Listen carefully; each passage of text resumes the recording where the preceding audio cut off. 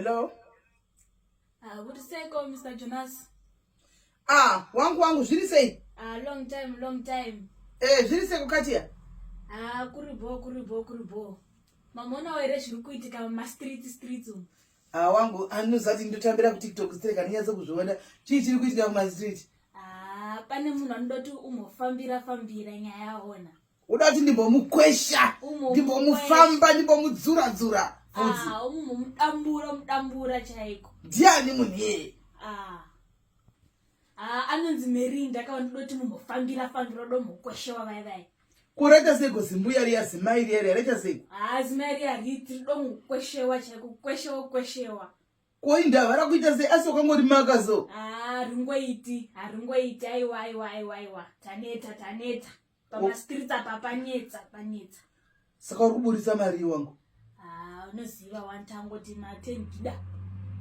10 gida ishoma wangu ita 50 gida wangu ndotorova nhasi ndotofamba kona tukona undona izvo ndana zvokuita ende mutengo ndakana petro saka ndotonyatsorifamba zimbuya riya zvokutongodare ndakangori makou futi saka ndakatongoripedzera zimbuya riya bo wangu 50 gida bo alright iri bo wangu saka rekanibva ndatopinda izvo zvatogona anti madetails angu nawo saka ndotokusendera madetails unoisa nemukuru because mukuru hainese kunotoraona saka iwe wega ibva watotasa izvozvi ndakutopinda pandima izvozvi ende handisi kutombomira mira uone nchirifamba zimunhu riya zimtoto riya mira uone bati wakadaro pane mari ndo patoda akaisitombonzwa naniko pane mari ndo patoda kotomirirei pane mari ndo patotoda ende hatisi kumira ndotorifamba indakazotsvaga mari pasocial media saka anenge angobhadhara mari yakawanda ndiye wandotonga chitekiteki naye handisi kumira chatomuka chibhanzana yakachiona sei wangu uyai ndambofamba rimwe zimbuya riri mastreet mbai zimbuya rinoda kufamba chimbo uyai mavangani uyai mwise mastars mavangani right aiwa thingi namba yakwana pane zimara ndataura nezvaro pana pazimbuya ndoda kurifamba sezvokurifamba mire munyatsokuona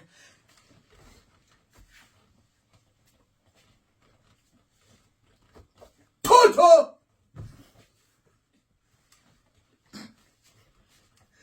ruiri makona zikuroi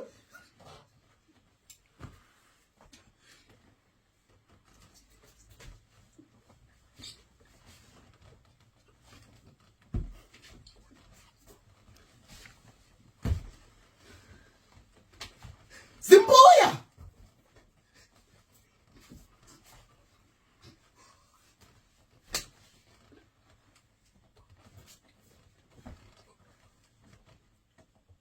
one name